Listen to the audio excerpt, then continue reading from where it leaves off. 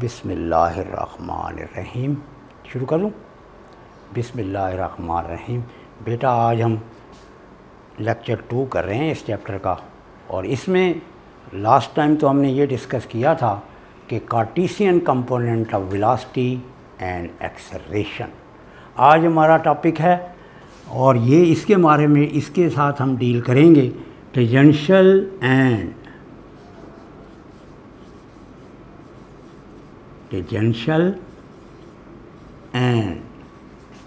Normal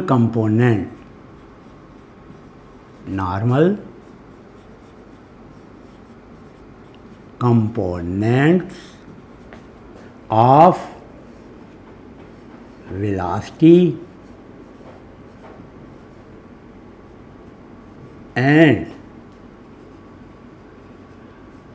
acceleration। जब particle turn कर रहा होता है, उसमें दो किस्म के मूव कर रहा होता है, तो उसमें दो किस्म के कंपोनेंट होते हैं। एक होगा टेंजेंशियल कंपोनेंट और एक होगा नॉर्मल कंपोनेंट। अब इसके लिए फार्मूले फ़िलहाल आप याद करें, फिर बाद में नेक्स्ट टाइम जब तीसरा लेक्चर होगा तो हम इसे प्रूव भी कर लेंगे। तो सबसे पहले इसमें है टेंजेंशियल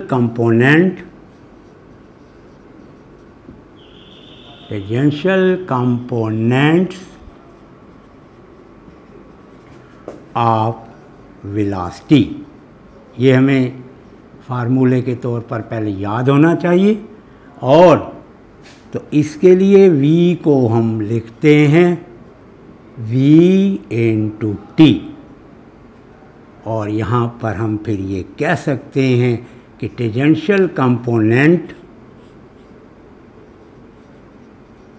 जो टेंजेंशियल कंपोनेंट होगा वेलोसिटी का, कंपोनेंट ऑफ वेलोसिटी, वो v होगा। एंड अब इसमें दूसरा नॉर्मल वाला नहीं है, तो हम लिख देंगे नॉर्मल कंपोनेंट। ये फार्मूले की वजह से हमें याद होने चाहिए, ताकि हम क्वेश्चन हल करें तो हमें पता हो कि हमें क्या क्या फाइंड करना है। तो ये 0 होगा, नॉर्मल कंपोनेंट या वेलोसिटी का 0 होगा। इसके बाद दूसरे नंबर पर जब भी क्वेश्चन आता है तो हमें ये कहा जाएगा इसका टेंजेंशियल और नॉर्मल कंपोनेंट निकालें वेलोसिटी का या एक्सेलरेशन का। तो फार्मूले आते होंगे तो हम ये फाइंड कर सकेंगे। कंपोनेंट्स ऑफ एक्सेलरेशन, ये हम प्रूव भी करेंगे हमारे नेक्स्ट लेक्चर में इसको। और ये फार्मूला है A, उसमें फार्मूला ये था हमारे पास v is equal to v into T unit vector along tangent direction. और इसमें A जो होगा हमारा, वो हमारे पास dv/dt, और यहाँ पर उसी तरह टेंजेंशियल कंपोनेंट प्लस v²/ρ। इसे रो पढ़ते हैं, ये कैलकुलस में आपने किया हुआ है, रेडियस ऑफ कर्वेचर, और इसके साथ यूनिट वेक्टर n लगा देंगे। जिसके साथ n लिखा होगा वो नॉर्मल कंपोनेंट होगा। अब ये दो बातें हमारे ज़हन में क्वेश्चन करते वक्त होनी चाहिए। और रो क्या है ये भी हमें पता होना चाहिए। रो हमने कैलकुलस में पढ़ा है, और रो की हमारी कीमत जो होती है इसमें वो क्या होगी यहाँ पर, उसके मुताबिक हम इसको किस तरह डील करेंगे। रो जो होगी, और उसके लिए हम लिखते हैं वो v हमारे पास 1 प्लस dy/dx इसका स्क्वायर। ये रो का फार्मूला है फाइंड करने का, 3/2 whole raise to power over double derivative of y। Rho find करने के लिए हम इस फार्मूले को यूज़ करेंगे। और ये कैलकुलस में आपने चैप्टर नंबर 6 में ही किया था, रेडियस ऑफ कर्वेचर, ये वहाँ पर था हमारे पास। अब देखें आज का जो सबसे पहले यहाँ एक एग्ज़ाम्पल है जो इंतहाई इम्पॉर्टेंट एग्ज़ाम्पल है, पेपर में एक से ज़ायद मरतबा वो आ चुकी है और बहुत ही समझने वाली है, इसमें मुश्किल नहीं है। उसने हमें क्या कहा है, ए पार्टिकल इज मूविंग, देखिए ए पार्टिकल इज मूविंग, ये गिवन बात हो रही है, ए particle is moving along, ellipse होगी, पैराबोला हो सकता है, अलोंग द पैराबोला लिखा हुआ है यहाँ पर, अलोंग दी पैराबोला, ये देखें। अब पैराबोला की हमें इक्वेशन दी हुई है और वो इक्वेशन है x square is equal to 4ay, ये हमारे पास पैराबोला है, इस पार्टिकल इसमें इसके अलोंग मूव कर रहा है और विद कांस्टेंट स्पीड, अब ये उसने बता दिया है विद कांस्टेंट स्पीड, यानी कि जो स्पीड इसने इख्तियार की है वो क्या है, कांस्टेंट है। कांस्टेंट की बात ये होगी, कांस्टेंट स्पीड अगर होगी तो इसका हम जब भी डेरिवेटिव लेंगे वो ज़ीरो होगा, कांस्टेंट स्पीड जो हुई। अब फाइंड क्या करना है इसमें, डिटरमिन, ये देखें ये चीज़ फाइंड करनी है। क्वेश्चन में पता होना चाहिए कि दिया हुआ क्या है और हमने क्या चीज़ फाइंड करनी है, वाज़े लिखा हुआ है डिटरमाइन द टेंजेंशियल, देखें अब हमने ये फाइंड करना है tangential and normal component and normal component of किसके, its acceleration, एक्सेलरेशन के, यानी कि ये फार्मूला अप्लाई करेंगे, एक्सेलरेशन के टेंजेंशियल और नॉर्मल कंपोनेंट फाइंड करने हैं। व्हेन इट रीच, जब वो पहुंचे, कहाँ पहुंचे, व्हेन इट रीच, वो किस पॉइंट पर पहुंचे, द पॉइंट, आखिर मूव कर रहा है किसी पॉइंट पर पहुंचेगा और पॉइंट हुज, अब एक नई बात फिर एक आ गई है, ये भी आप जानते हैं कि हुज एब्सिसा। अब देखें सारी बातें जब हमारी क्वेश्चन में क्लियर हो जाती हैं तो हमारे लिए आगे मूव करना बहुत आसान हो जाता है। एब्सिसा इज 5√8, ये है हमारा क्वेश्चन, गिवन है, पार्टिकल मूव कर रहा है, ये गिवन है हमारे यहाँ तक गिवन है, और किस स्पीड, कांस्टेंट स्पीड से मूव कर रहा है, यानी कि स्पीड बार बार वो चेंज नहीं हो रही, कांस्टेंट है। और फिर हमने फाइंड क्या करना है, एक टेंजेंशियल और नॉर्मल कंपोनेंट फाइंड करने हैं, किसके, एक्सेलरेशन के, यानी कि ये फार्मूला लगाना है।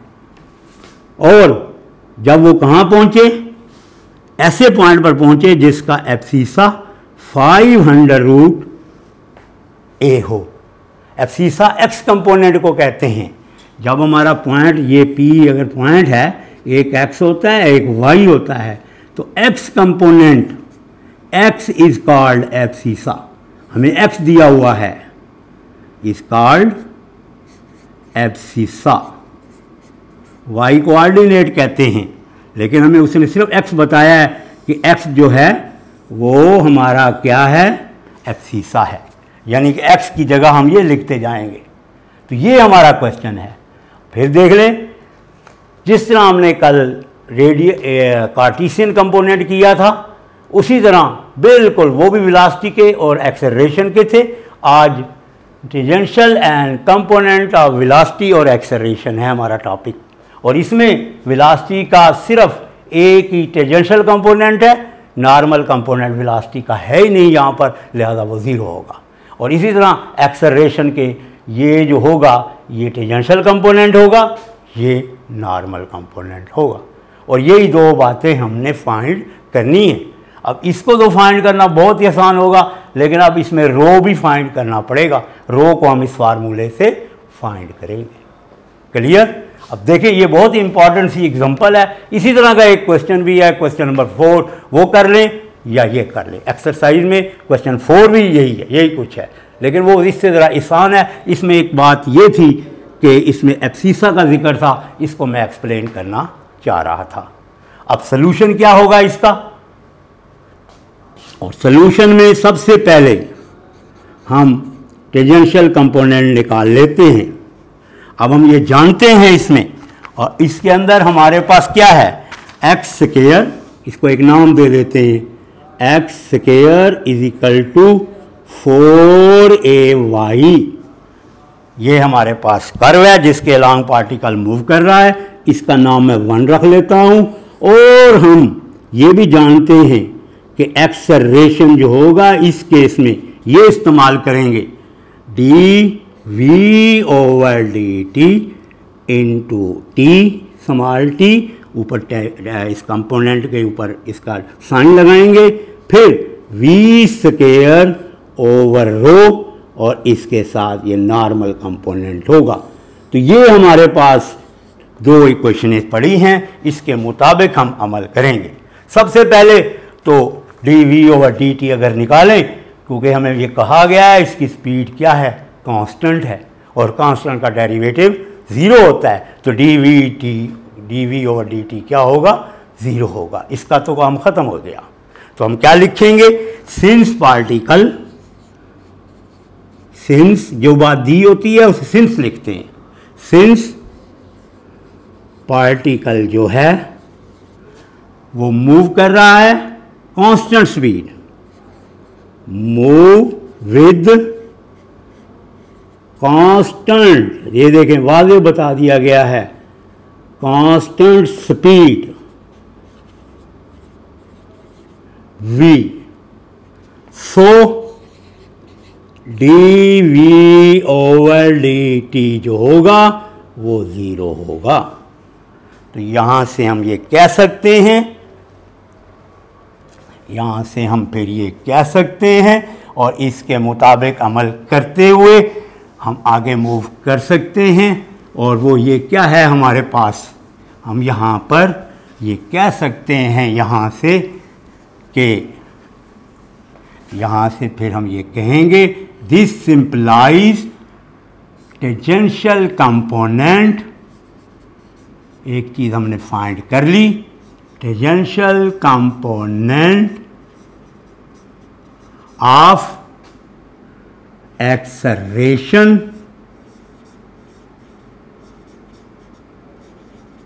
Tangential component of acceleration is equal to 0। अब हम नॉर्मल कंपोनेंट की तरफ जाने के लिए, now we find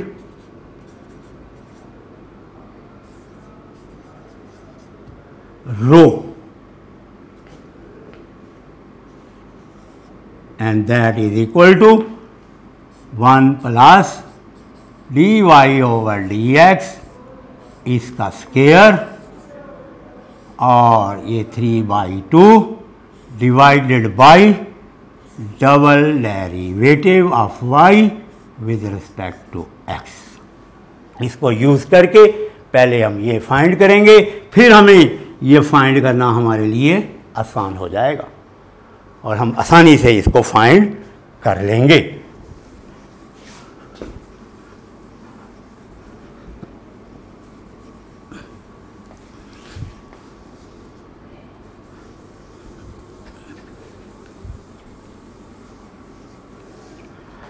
for this, तो बाई 1 जो हमने 1 लिखी थी, y की हम वैल्यू फाइंड करेंगे, और y की वैल्यू जो होगी वो हमारे पास होगी x² ओवर 2a 4a, और जब हम यहाँ से dy/dx निकालेंगे, क्योंकि dy/dx निकालना है यहाँ पुट करने के लिए, वो आएगा 2x over 4a, 4a constant है तो x² का ही डेरिवेटिव लेना होगा, and that is again equal to x over 2a, 2 4 से कैंसिल होगा तो x ओवर 2a हो जाएगा। और यहाँ पर फिर आगे इसकी भी हमें ज़रूरत पड़नी है, d d y over d x square, तो 1/2a होगा, क्योंकि x का 1 होता है, यहाँ पर x का डेरिवेटिव 1 होगा, तो dy बाई डी एक्स का अदर डेरिवेटिव लेंगे तो वो बनेगा d2y over d x square. अब हम रो निकालने के लिए, रो हम फाइंड करने के लिए, therefore rho is equal to 1 plus x over 2a इसका स्क्वायर डिवाइडेड बाई एंड 3/2, और इसको हम डिवाइड करेंगे डबल डेरिवेटिव पर। ये फार्मूला लगाकर हम रो फाइंड कर लेंगे। अब इसको कैसे फाइंड करेंगे, अब आप देखें, 1 आएगा plus X square divided by 4a square, और इसके ऊपर पावर वैसे की वैसे रहेगी, इसकी वैल्यू यहाँ लिख देंगे 1/2a, यानी कि डबल डेरिवेटिव की वैल्यू भी पुट कर दी, उसकी वैल्यू भी हमने पुट कर दी। अब हम क्या करने लगे हैं, इसको सिंप्लीफाई करने के लिए इसका एलसीएम ले लेंगे ऊपर। ये देखें एलसीएम, जैसे एलसीएम लेते हैं 4a square plus X square raise to power 3/2 1/2a, ये 1/2a लिखा रहेगा। अब उसके बाद फिर आगे मूव करते हैं और इसको अगेन इक्वल टू ये लिखते हैं हम 4a square plus X square, इसकी भी 3/2 अलहदा लिख लेंगे। जब इसकी 3/2 लिखेंगे, ये देखें 4a स्क्वायर, इसकी 3/2 लिखना चाहते हैं तो ये बनेगा 2a, ये 2 बनेगा इसका, और 2a का स्क्वायर हो जाएगा, और इसकी 3/2, अब 2 कैंसिल हो जाएगा, 2a की 3 बन जाएगा, और ये 8a स्क्वायर आएगा हमारे पास। इसके मुताबिक हम इसे 8a स्क्वायर लिखेंगे, लेकिन अभी हम इसकी वैल्यू इसलिए नहीं डालते कि हमें इसकी दूसरी वैल्यू पुट कर देनी है। कौन सी, वो हमें दी हुई है एब्सिसा वाली, और इसके नीचे क्या लिखना था वो हम फाइंड कर लेते हैं। 3/2 जो लिखना है, 4 × 2 dot a square into a multiply by 2a/1। आपको पता है ये उलट के मल्टीप्लाई होगा, जब उलट के मल्टीप्लाई होगा तो ये बहुत सारी चीज़ें जब कैंसिल हो जाएंगी तो ये हमारे पास बनेगा 4a square plus X square, इसकी 3/2 डिवाइडेड बाई, इसमें 2 भी कैंसिल हो जाएगा, इसके साथ एक a भी कैंसिल हो जाएगा, तो इसका नीचे आ जाएगा 4a स्क्वायर। नीचे क्या आएगा, 4a स्क्वायर। अब हम जानते हैं एब्सिसा जो है, अब एब्सिसा की वैल्यू पुट करेंगे, लिखेंगे rho at x is equal to, वो जो कीमत हमें दी हुई थी वो 5√a थी, तो ये बनेगी 4a square plus 5a square, इसकी कीमत 3/2 डिवाइडेड बाई 4a स्क्वायर। ये देखें इसकी कीमत ये बन जाएगी, एक्स स्क्वायर की जगह हम इसका स्क्वायर लिखेंगे, 5√, का स्क्वायर 5 होगा, a का स्क्वायर a होगा। अब उसके बाद अगर इसे सिंप्लीफाई करें तो 9a स्क्वायर, इसकी कीमत 3/2 4a स्क्वायर। अब इसे सिंप्लीफाई जब करेंगे 2 कैंसिल हो जाएगा और ये बन जाएगी हमारे पास 3a स्क्वायर, ये 3a स्क्वायर है, इसकी 3a इसका स्क्वायर और पूरे की पावर 3/2 डिवाइडेड बाई 4a²। ये देखिए, ये 3a² लिख के अब 2 से कैंसिल हो जाएगा, 2 से कैंसिल हो जाएगा और ये बन जाएगा 3a³ डिवाइडेड बाई 4a²। अब इसे सिंप्लीफाई अगर करें 27a³, 3 का क्यूब जो होगा 27 होगा, a³ आएगा, नीचे 4a²। अब a² एक कैंसिल हो जाएगा और 27/4a आएगा हमारे पास। तो ये बन जाएगा 27/4 और a यहाँ पर होगा 27/4a। This is the rho value of rho. अब इसे हम पुट कर देंगे, कहाँ पर पुट करेंगे, जाकर उसकी वैल्यू में जाकर पुट करेंगे और बाई 2। अब हम यहाँ लिख सकते हैं बाई 2। ये जो बाई 2 हमारे पास थी, एक्सेलरेशन जो था वो किसके बराबर था, शुरू में 0 लिख देंगे, t वैसे का वैसे लिख देंगे, v² लिख देंगे यहाँ पर और रो की कीमत यहाँ लिख देते हैं। रो की हमारी कीमत है, ये वाली रो की कीमत 27/4a और यहाँ पर n लिख देंगे और ये 4 ऊपर इसके साथ 0 वाली लिखने की ज़रूरत ही नहीं है। तो ये बनेगी 4v² over 27a, 4v² 27a और इसके साथ n आएगा और ये इसका नॉर्मल कंपोनेंट होगा। तो हम यहाँ से कह सकते हैं 10, अब लिखने का अंदाज देखें, 10a t जो होगा ये 0 होगा एंड ये आंसर लिख रहा हूँ मैं, an जो होगा नॉर्मल कंपोनेंट वो होगा 4v² ओवर 27a। तो ये हमारा आंसर होंगे दोनों, ये टेंजेंशियल कंपोनेंट होगा जो हमसे पूछा गया और ये नॉर्मल कंपोनेंट होगा।